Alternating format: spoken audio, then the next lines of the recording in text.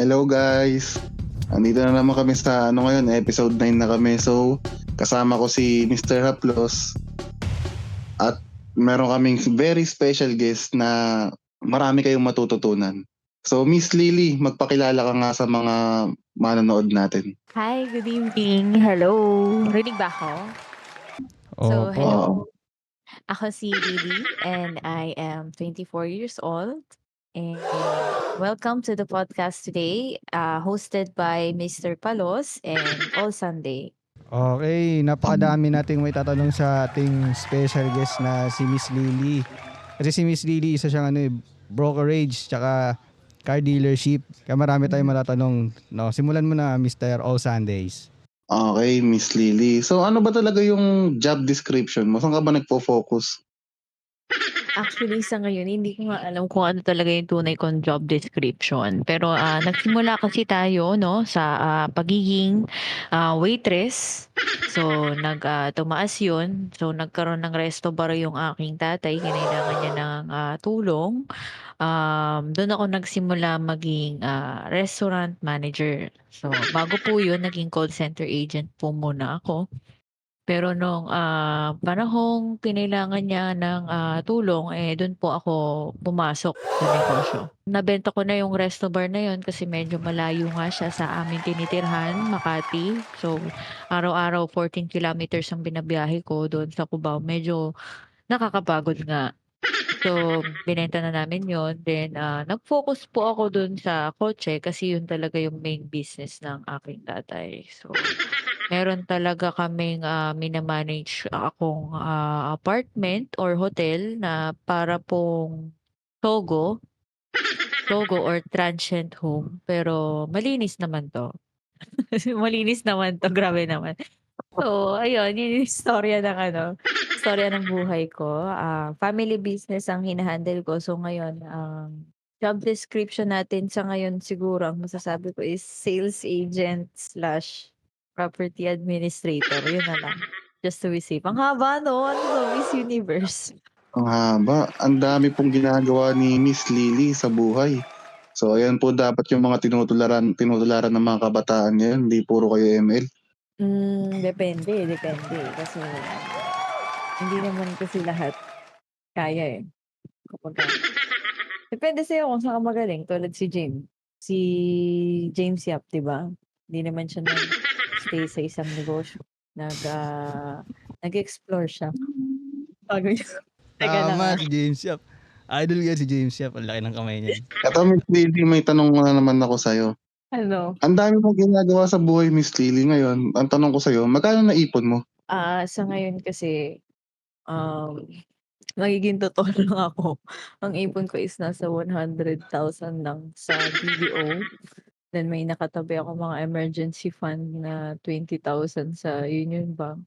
Pero yun pa lang sa ngayon. Galing sa mga sales natin sa real estate.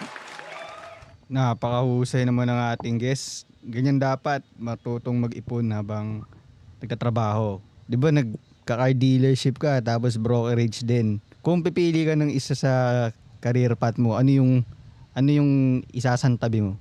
At bakit? Hindi ko masagot yan sa ngayon eh. Kasi malabo pa sa ngayon. Kasi parehas kung gusto yung ginagawa natin eh. Pero kung isasantabi ko, siguro yung pagmamanage ng kotse. Kasi hindi tayo kumikita din. At least sa pagbebenta ng kotse, may commission tayo kahit pa paano. Di ba? Tsaka mabilis na mabenta. Tama. Ano mo masasabi mo sa mga nagbabalak na pumasok sa car dealership? Oo, sa mga nagbabalak, sa una, matatakot ka. Halos 1 taon pa lang ako dito sa trabaho na to at marami pa rin akong pagkakamali na nagagawa. Tulad nung kanina, may na-release akong unit na 2022 Mercedes-Benz GLE. Kahit 1 taon na tayo sa industriya, hindi natin maiiwasan magkamali. So, huwag kayong matatakot magkamali. Yan lang naman. Kung magkamali man kayo, hindi okay. Turuan ng tatay ko. Tama. Kasi dyan natututo. Diyan tumatatag ang mga tao pag nagkakamali. Miss Lily, pag kunwari, wala kayong family business, tingin mo, saan ka nagtatrabaho ngayon? Siguro kung wala kaming family business, nasa New Zealand ako ngayon. Ayun lang. New Zealand kasi gusto ko magtrabaho sa ibang bansa. Kasi mag-open up ng negosyo do'n. Ba't tumatawa ka all Sunday? Parang hindi ka naniniwalang makapunta ako sa ibang bansa, ah. Kasi alam niyo marami kasing, opportunity sa ibang bansa. Hindi tulad dito kasi hindi tayo masyadong open sa mga ibang services na on Ah, call tulad ng ginagawa ni All Sunday na pagko-kontraktor ba. Maraming gano'ng, services na pupuwedeng i-offer sa ibang bansa na puwede kang maging standalone. Although sa una nga siyempre mahirap, pero yung opportunity possible, 'di ba? mm, Pero sa'kin kasi mas gugustuhin ko yung may established na, 'di ba? Tapos oo. along the way gagawa ka na lang ng sarili mo. Kasi andiyan na yung guide, eh, 'di ba? Take advantage of what's in front of you. Ha? Nandiyan na yung mapa, susundan nyo na lang, kumbaga. Oo, nandiyan na yung mapa, wag ka ng umalis pa, 'di ba? Wag ka ng mag-roundabout. Oo. Napakaganda Oh, ng mensahe ng ating guest, no? So marami talaga tayong matututunan dito. Kaya dapat mm. tuloy-tuloy ang pakikinig dito sa podcast. Mag-break muna tayo sa minuto. Okay guys, we are back. Ngayon may mga tanong pa si Mr. Palos para kay Miss Lily. Yeah, yan, we are back. Nag-CR lang, nag-wiwi lang, nag-bathroom break lang, alam nyo na. Okay, so Miss Lily, so ngayon nagbalik na tayo. Sa tingin mo ba mas okay na nagninegosyo ka kaysa sa nagtatrabaho ka para sa isang boss? O vice Ah, versa? para sa'kin, mas okey na meron kang sarili mong negosyo, pero hindi ibig sabihin nun, hindi ka na pupuwedeng maging empleyado. So, what I mean by that is, 'pag may negosyo ka kasi hindi ka lang 9 to 5 magtatrabaho. So, araw-araw nakabantay ka, minsan 9 to 9, minsan halos 24 hours nakabantay ka sa negosyo mo kasi araw-araw naghahanap ka ng sarili mong customer.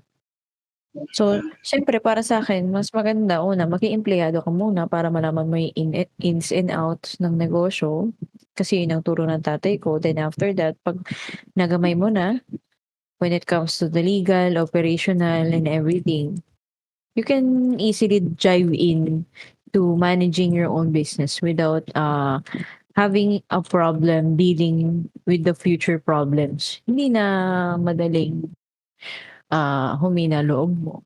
Pag nagkaroon ka ng sariling negosyo, di ba? Ngayon lang. Ganun pala. Tama, tama.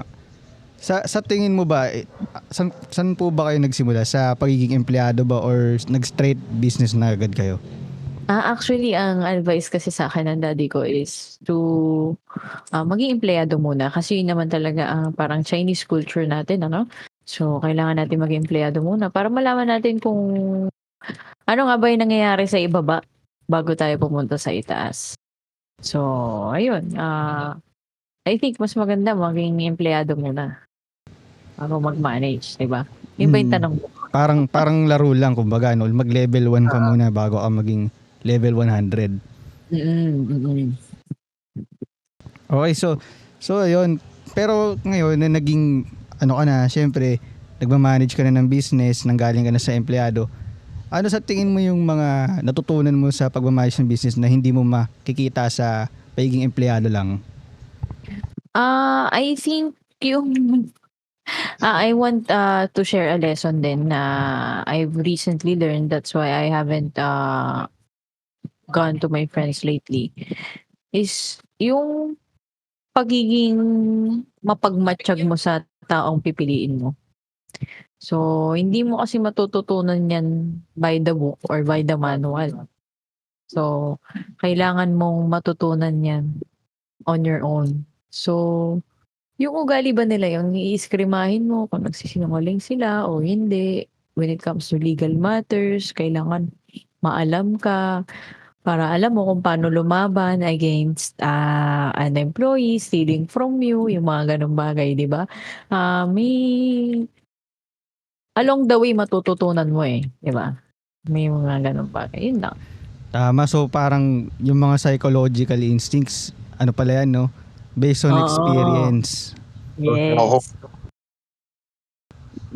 So siguro kung nagmamanage ka ng business mo, ikaw yung humahanap ng clients, matututo ka makipag-communicate lalo, no? Kasi 'di ba pag may boss ka, utusan ka lang. Pero ngayon na ikaw na yung naghahanap ng diskarte, mas Oo, ikaw yung mm, mag-iisip ng game plan. Ito, Miss Lily, may tanong ako sa'yo. Ah, Kung papapiliin ka, di ba, ang course mo dati, HRM. ah, Kung papabalikin ka noong 2018, pipili ulit tayo ng mga course. Tingin mo, HRM ka pa rin ba pipiliin mo? Ngayong alam mo na kung anong pakiramdam na HRM graduate. oo. Ito lang sasabihin ko. Totoo sinasabi nila. HRM basurang course. Walang Wala excuse. akong no? Basurang course, promise. Kung ako papapiliin kung ano magiging course, sana nag-business na lang ako. Sana tinuloy ko na ng business. Yan lang. business, no? Business. Pero sa tingin mo, kasi parang ano siya, diploma o diskarte. So, kung pipili ka talaga, mag-aaral ka pa ba talaga? O sabihin natin, ano ka na lang, straight na business ka lang, straight smarts na lang. Anong mas Hindi na maganda? kailangan, kasi nakompleto na natin yung 4 year eh. Hindi na naman kailangan dun eh. So, basurang course nga, no? Nakakalungkot lang kasi sabi mo, Miss Lily, ang HRM, basurang course. Tapos gusto mo mag-business. Pero ako marami kasi akong kilala na nagtapos ng business course. Tapos sila naman nagsasabi, basurang course lang din yun. Baka nga siguro ang problema hindi sa course. Baka nga dun sa ano sa educational system natin, which is totoo naman, di ba? Tsaka yung mga opportunities na Kasi may ibang kakulangan. school naman sa ibang bansa, di ba, na okay naman ang HRM. Tama, mababa rin kasi yung pasahod sa atin eh. Kaya Oo, mahirap tama. din talaga mag-start ng mga business. Tsaka pag nagtrabaho ka sa HRM, mga kasabayan mo, syempre hindi naman sa minamaliit natin yung mga taong hindi nakagraduate. Pero syempre dapat, alam mo yun, kasabayan mo yung mga ano eh, taong walang diploma, parang lugi eh. Ang mahal-mahal ang tuition, tas ganun yung mangyayari. 'Di ba ang HRM madalas diyan nagiging barista, 'di ba yun ang mga trabaho. Tapos makakita No. ka ng mga nag-a-apply na wala na high school lang tapos barista lang. So, ikaw nag 4-year course ka pero yung katrabaho mo high school lang pero same position. 'Di ba parang ang unfair naman. Kasi may iba naman talagang, kunyari, si Bill Gates yata, di ba? Nag-drop out siya ng school, pero may sarili siyang kumpanya. It's all about being resourceful and being grateful at what you have. Ayun. Yun lang. Tama. Small, Sabi nga ni ano eh, ni the great philosopher si Aristotle, 'di ba? Parang ano, do what you can, 'di ba? yes, do what you can, so you do what you gotta do. Mm. So guys, kung hindi nyo kilala si Aristotle, mga kabataan dyan na puro TikTok yung Oo. natupag, kilalanin nyo na Oo. yan si Aristotle. Kung hindi Iba nyo na yung kilala mga si kabataan ngayon. Aristotle, siya yung gumawa po ng ano, ng ah Siya yung, siya yung, siya po yung gumawa ng fried chicken, tapos may fried. siya, siya po Ay, yung aristocrat pala yun. siya po yung nag-invent ng gravity. Hindi. Alam, pag-usapan naman natin ngayon yung kabataan ngayon. Miss Lily, ano ba masasabi mo sa mga bata ngayon? Alam mo, papansin ko sa mga bata ngayon, parang mga ano, kakaiba na yung mga bata ngayon. Uy, iba na yung bata ngayon. Pero mas gusto kong mga bata ngayon kasi mas palaban sila eh. Tulad nung kay Carlos Yulo, di ba?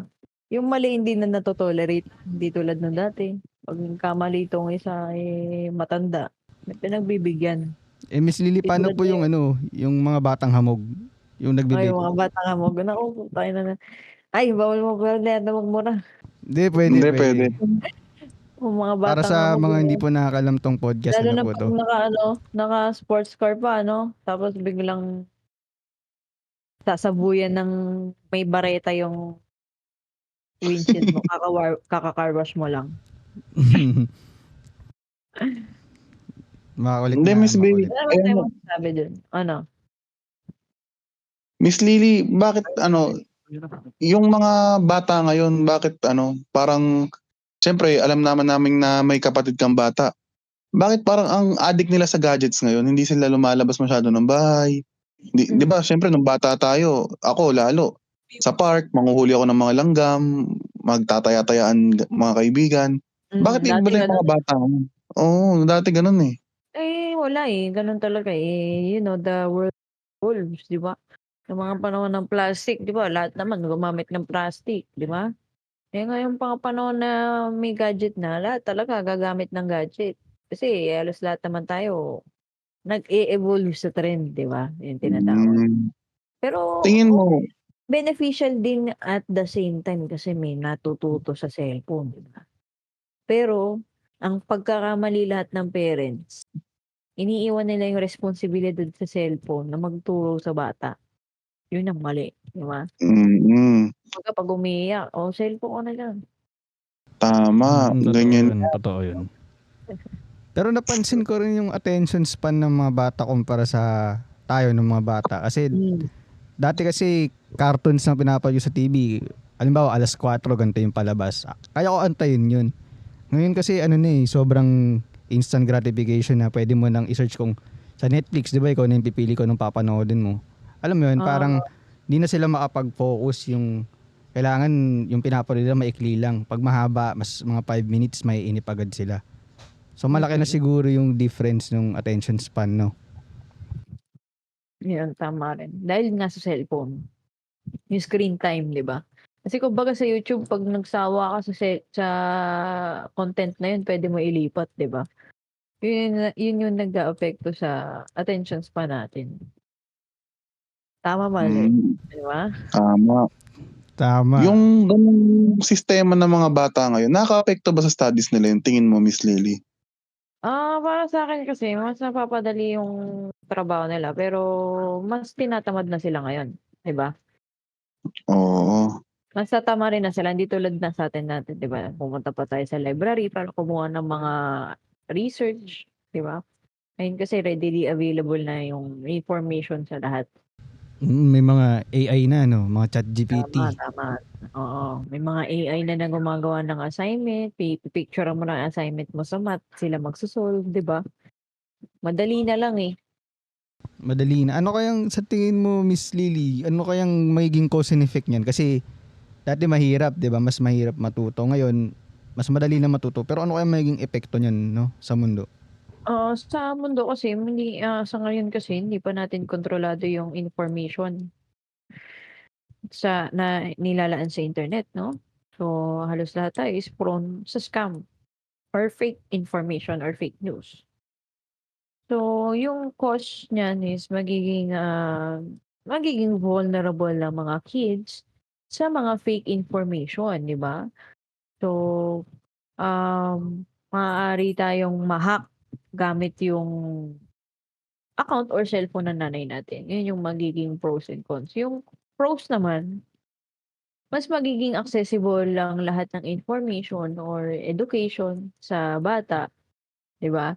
Madali na lang matuto kasi may pini-play ka ng YouTube, eh. Makakapaglinis ka bilang nanay, 'di ba?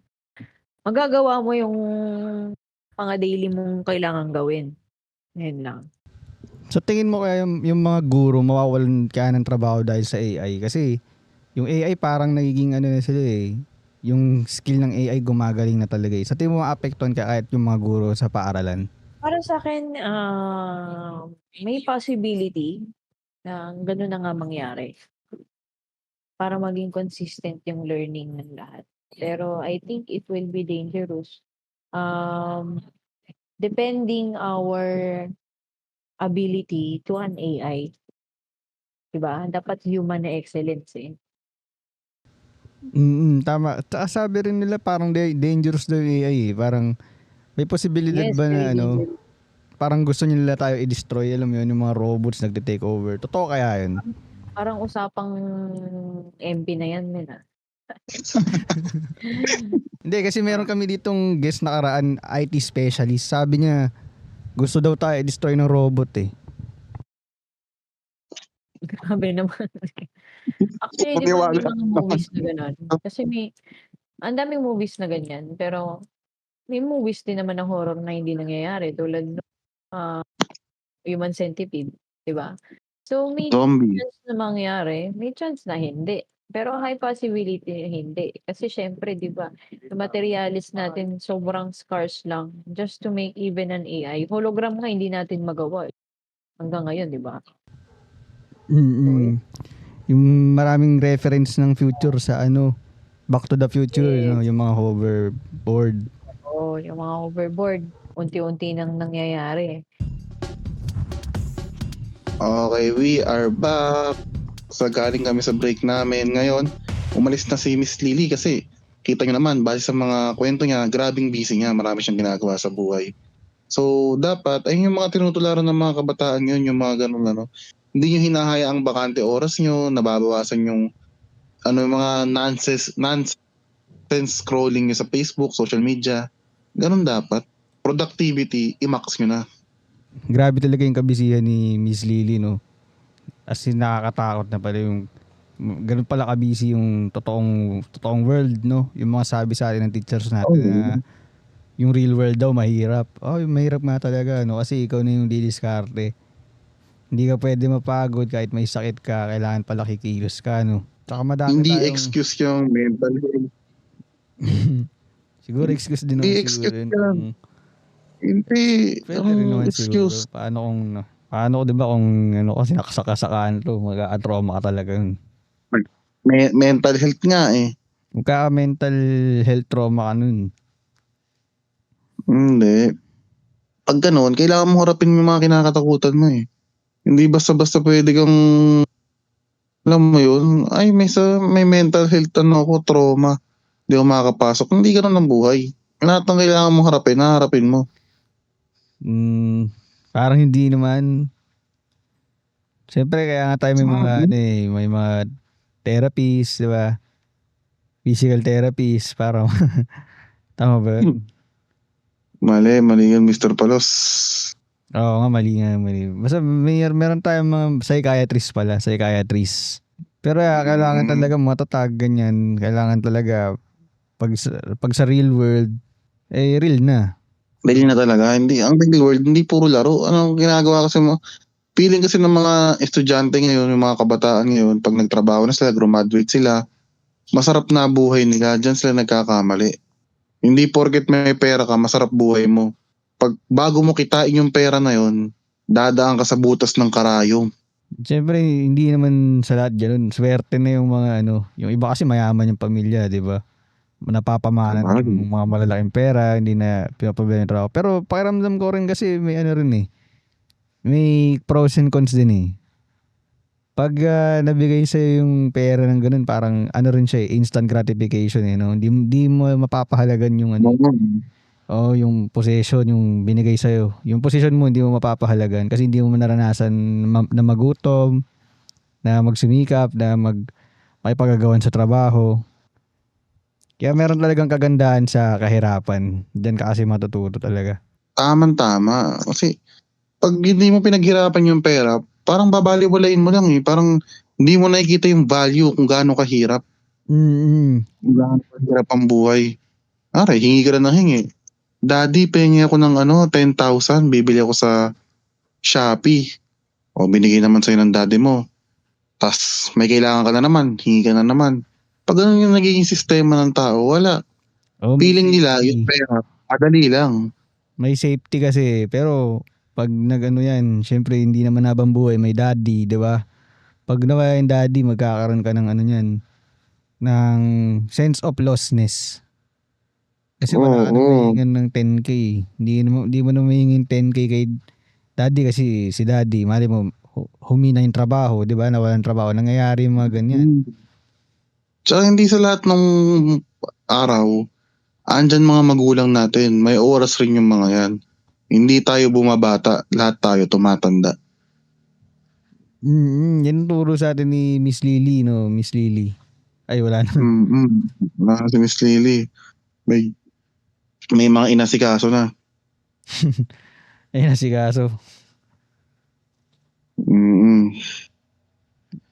Yun nga, napaka-busy nga talaga ng ating guest na hindi na natapos yung podcast. Pero wag kayong magalala, marami tayong paparating na mga guest, mga engineer, mga architect, yan.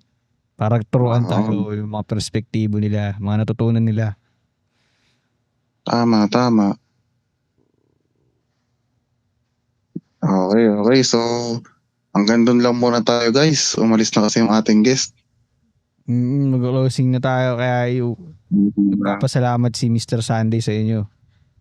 Oo, salamat guys na sa mga sumusuporta. Sana patuloy pa rin tayo, patuloy. Sim. Abangan nyo kami sa next episode. Sa next episode, mas marami kaming makabuluhang tanong.